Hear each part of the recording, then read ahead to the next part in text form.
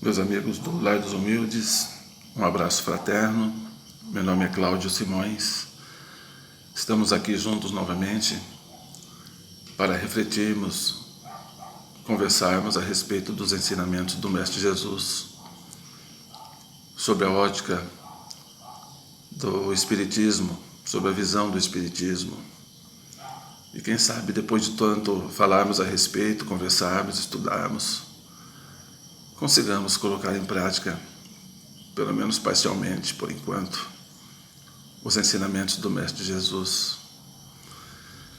Mas antes convido a vocês para juntos fazermos uma prece inicial, e levarmos nosso pensamento a Maria, Mãe de Jesus. Pedir a ela que esteja conosco por toda a eternidade, nos ajude. Esteja conosco nos momentos bons, nos momentos difíceis, que ela nos ampare e cuide de nós. E irradie o seu amor por toda a humanidade, em todas as casas, em todos os lares, nos leitos de hospitais, nas calçadas, nas ruas, enfim, onde haja alguém necessitado de amparo e da proteção de uma mãe. Esteja conosco, Senhora. Meus amados, o estudo de hoje é sobre o capítulo 15 do Evangelho segundo o Espiritismo. Fora da caridade não há salvação. Mas especialmente na parte que fala sobre a parábola do bom samaritano.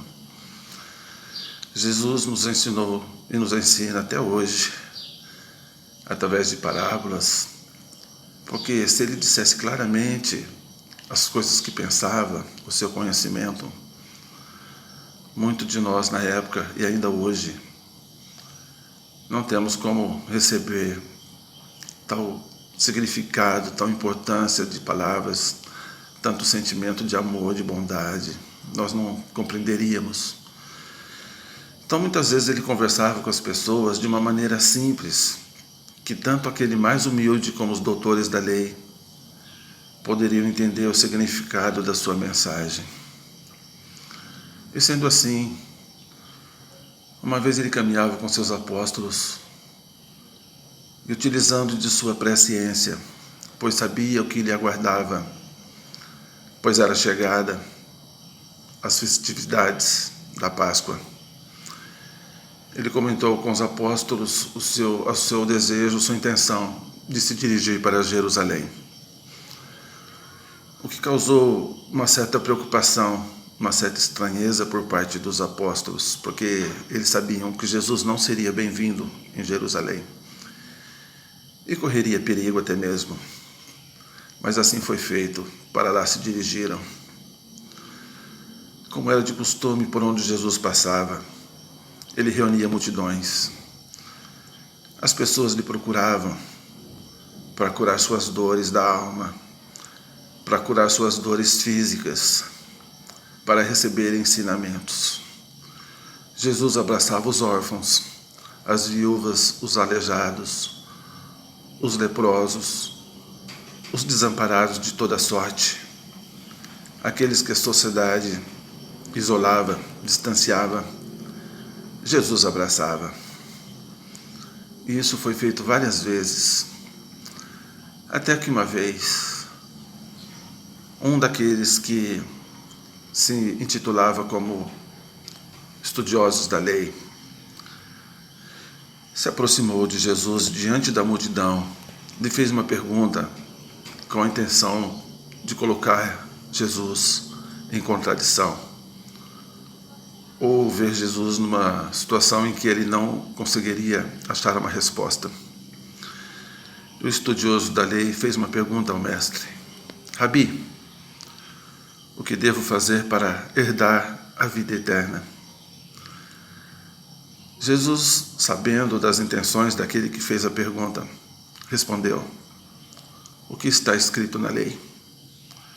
Então o homem lhe disse: amar a Deus acima de todas as coisas, com todo o teu coração, com toda a tua alma, e com todas as tuas forças. Então Jesus respondeu: eu, porém, vos lhe dou um outro ensinamento. Ame a teu próximo como a ti mesmo. Vai e faz isto, e terás a vida eterna.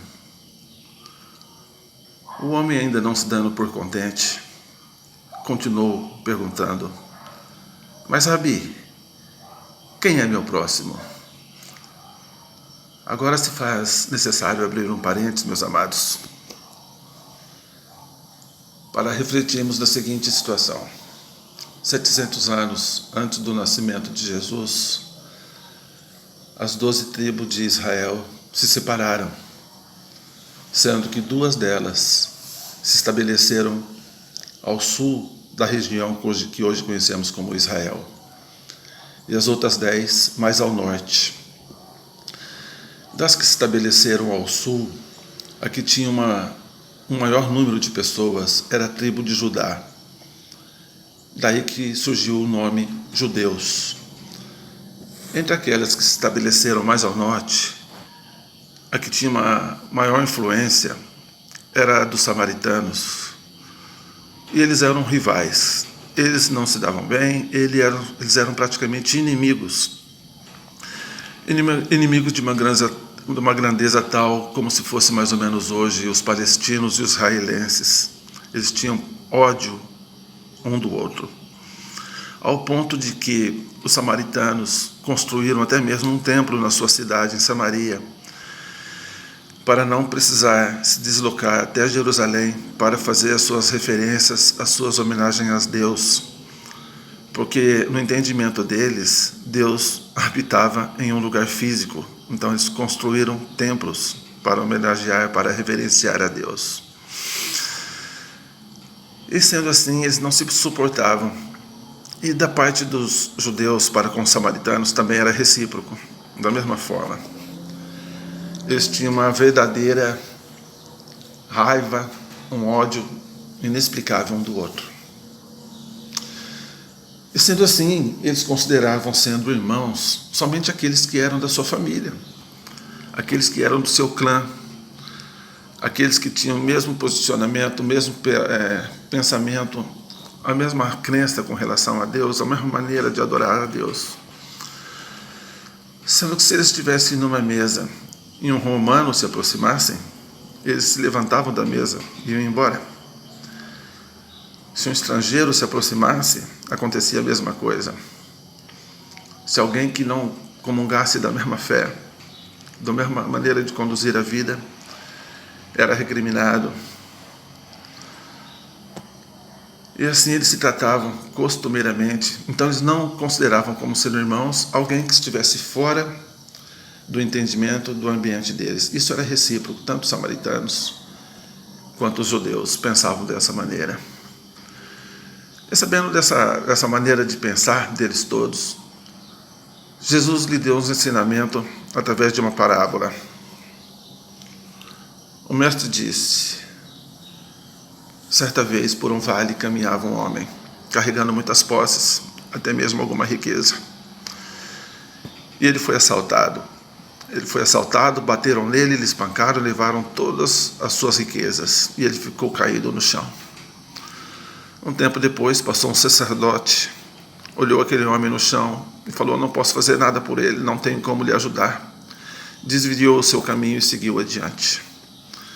Horas depois, passou um levita, que fez a mesma coisa. Olhou para aquele homem e não estendeu as mãos, não ajudou. Ele tinha outros compromissos, não podia perder tempo. Desviou seu caminho e seguiu adiante.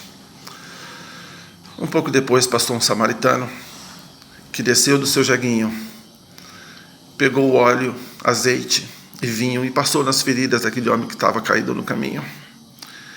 Colocou aquele homem sobre o seu jaguinho e levou ele até uma pousada. Chegando lá, falou para o dono da estalagem: cuide dele. Eu voltarei daqui a alguns dias e quando eu retornar, se a sua despesa tiver ultrapassado as 2 moedas que vou lhe deixar, eu lhe pago a diferença. Dessa maneira, Jesus ensinou a todos que estavam presentes naquele momento qual é o sentido de ser o próximo? Qual é o sentido de ser verdadeiramente irmão? E assim, meus amados, seguir adiante, porque Jesus ensinava, através de palavras simples, o sentido do amor, da fraternidade, do que é ser próximo, do que é dividir o pão. Porque dividir, amar quem está perto, quem é da família, não é difícil. O difícil é estancar a dor de quem está lá fora, de quem nós não conhecemos. O difícil é estancar a dor, é ser solidário, é ser amigo das pessoas que estão perdendo entes queridos de uma maneira tão repentina, tão bruta, e ajudar essa pessoa com consolo, com uma palavra amiga, é visitar os presídios e falar para quem está lá dentro: olha, existe a esperança de dias melhores, se esforce, acredite nisso. É dividir o pão com quem tem fome, com quem pensa em mandar seus filhos para São Paulo, porque talvez lá eles tenham uma chance de sobreviver. É animar quem perdeu sua plantação com a seca, é se importar com quem não tem um calçado para frequentar uma escola. Ser bom samaritano é ajudar sem olhar a cor da pele, a origem, de onde veio, por que veio, para onde vai, e sem julgar, sem questionar por que aquela pessoa está ali. Porque é necessário que se alimente, que se mate a fome, que se mate a sede, que se acabe com o frio, que se abrigue da chuva. É necessário estender a mão e dar às pessoas a oportunidade de se reerguerem. Porque muitas vezes nós já precisamos também. E é possível que muitas vezes tenhamos encontrado auxílio. Quantas vezes nos encontramos sozinhos,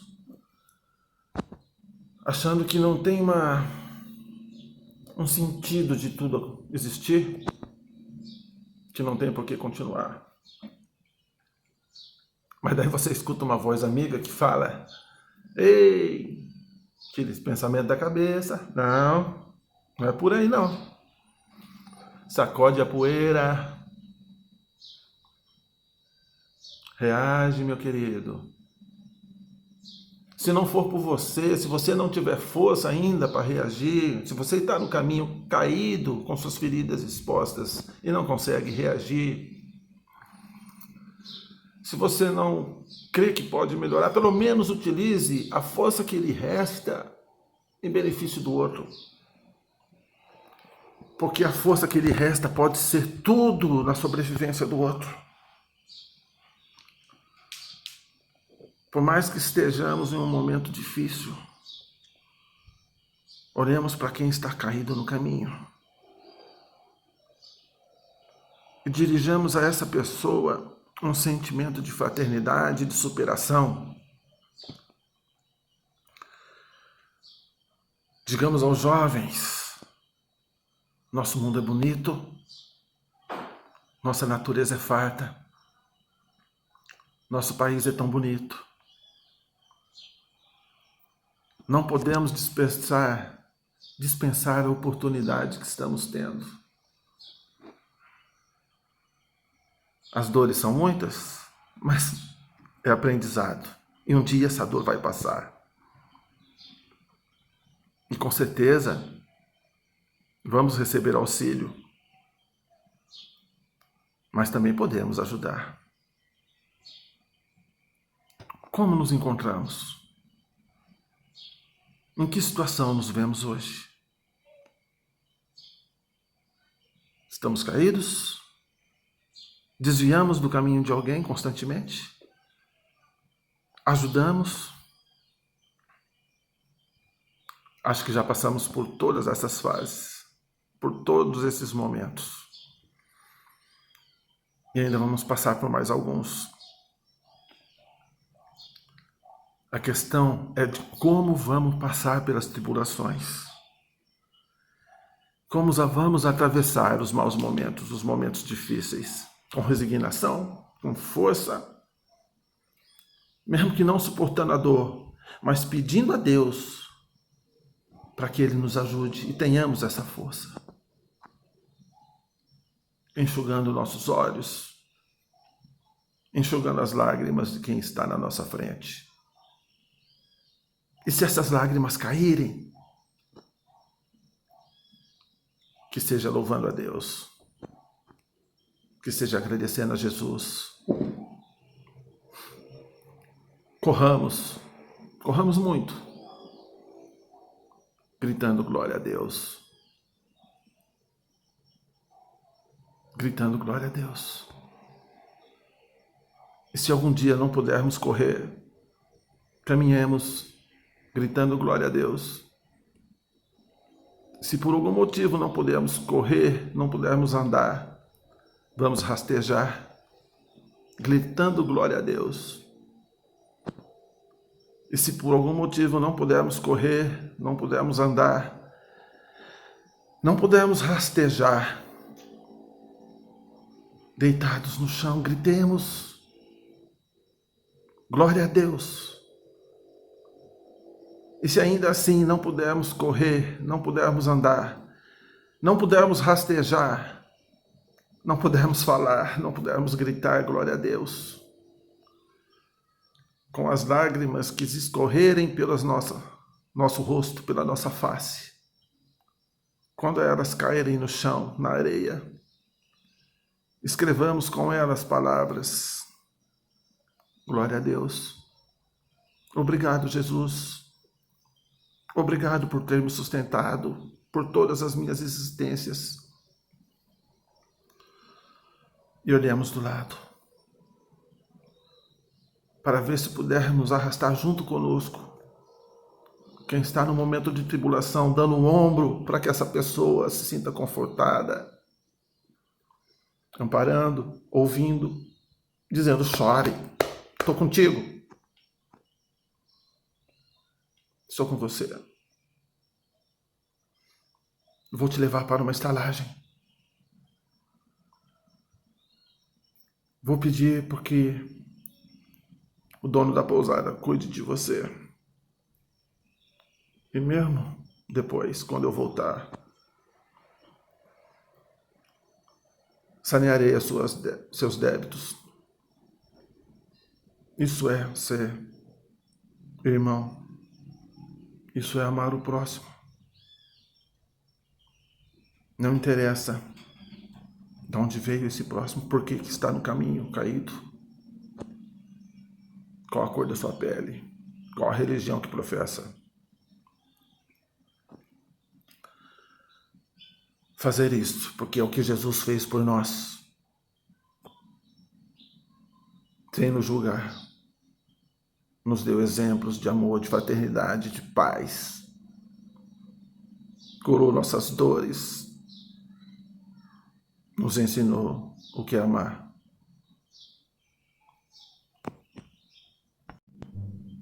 Então, meus irmãos, cabe a nós fazermos o possível para deixarmos para trás os sentimentos intrínsecos ainda em nosso ser.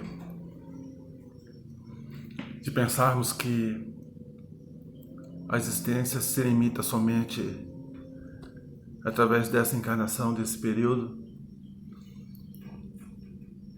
que o que nos aproxima de Deus são as paredes, são os templos, são os sinos, são as escadarias de mármore. E entendemos que a fraternidade, pensarmos no próximo, pensarmos no semelhante, é o caminho que realmente nos aproxima de Deus. Este sim é o caminho verdadeiro. Estendemos a mão para nossos irmãos, independente da cor da pele, da origem, da raça, da crença. Ninguém deve ficar para trás. Todos devemos seguir adiante.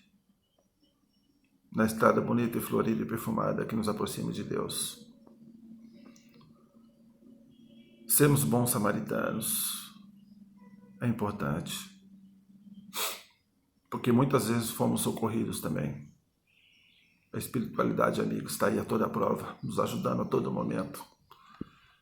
Espíritos da grandeza de Bezerra de Menezes, Francisco de Assis, Irmã Dulce, Madre Teresa, Buda, Gandhi, Martin Luther King, que tantas vezes nos deram exemplos de facilidade, de humanidade. Tantas vezes nos deram exemplos na prática do que é amor para com o nosso semelhante. Cabe a nós absorvermos esse ensinamento e aplicarmos no nosso dia a dia. Utilizarmos de uma maneira que todos sejamos beneficiados. É preciso aliviar a fome. É preciso dar o ombro. É preciso enxugar as lágrimas. É preciso sairmos da vitrine, nos colocarmos em primeiro plano, como se nossas necessidades fossem as mais emergentes. Juntos caminharemos. Juntos vamos fazer o nosso mundo melhor. Com menos doenças, menos desigualdade, com mais crianças nas escolas, com mais crianças praticando esportes, menos jovens dependendo de drogas, mais famílias unidas, se encontrando, almoçando nos domingos, mais pais recuperando filhos para o aconchego do lar, para que esses não se percam no mundo, para que mais tarde não precisam buscá-los nas calçadas.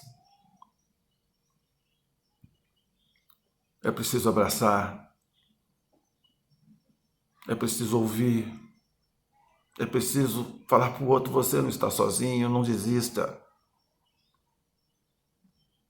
Compreendo tua dor, compreendo tuas lágrimas, mas erga a cabeça. O Espiritismo nos vem mostrar isso. Um futuro melhor, mais humano, mais amigo, mais fraterno. Não baseado apenas em uma única existência, porque ela é pouca, para aprendermos tudo. Para sermos perfeitos, como Jesus nos orientou, é necessário várias experiências. Passarmos por várias fases. Algumas vezes estivemos deitados no caminho com feridas expostas, outras vezes desviamos do caminho de quem nos pede auxílio. Algumas poucas vezes ajudamos. Mas quem está lá fora precisa de nós. Quem está lá fora espera a nossa mão estendida. Quem está lá fora tem esperança de um futuro melhor. Não vamos esperar que os poderosos reajam, que os ricos reajam. Vamos esperar que nós mesmos demos o primeiro passo para uma vida melhor. Se eu não posso transformar água em vinho, se eu não posso andar por sobre as águas, se eu não posso curar os doentes, ainda eu posso abraçar, eu posso dar um sorriso, eu posso dar um bom dia, eu posso perguntar como vai. Eu posso fazer o possível para me livrar das minhas más influências, das minhas más tendências que me acompanham durante séculos. E fazer o possível para que daqui adiante seja diferente. Ainda errando, ainda caindo, mas fazendo o possível para que esse mundo dê certo. Quantos jovens Quantas crianças, quantas mães precisam de alguém que lhe dirija uma palavra de ânimo. Quantas pessoas nos presídios, pagando pelos seus erros, o que é correto, porque nós temos uma Constituição, nós temos um Código Penal, um Código Civil. Mas as mães que estão lá fora, na porta dos presídios, esperando pelo dia que seu filho vai sair, ela é mãe. Ela é mãe. E ela precisa de alguém que lhe diga: tudo vai melhorar. Eu creio. E sendo assim, encerro cantando. E peço que o versinho dessa canção atinja algum coração necessitado e lhe alivie as dores. E não se esqueça nenhum segundo que eu tenho amor maior do mundo. Como é grande o meu amor por você. Muita paz a todos.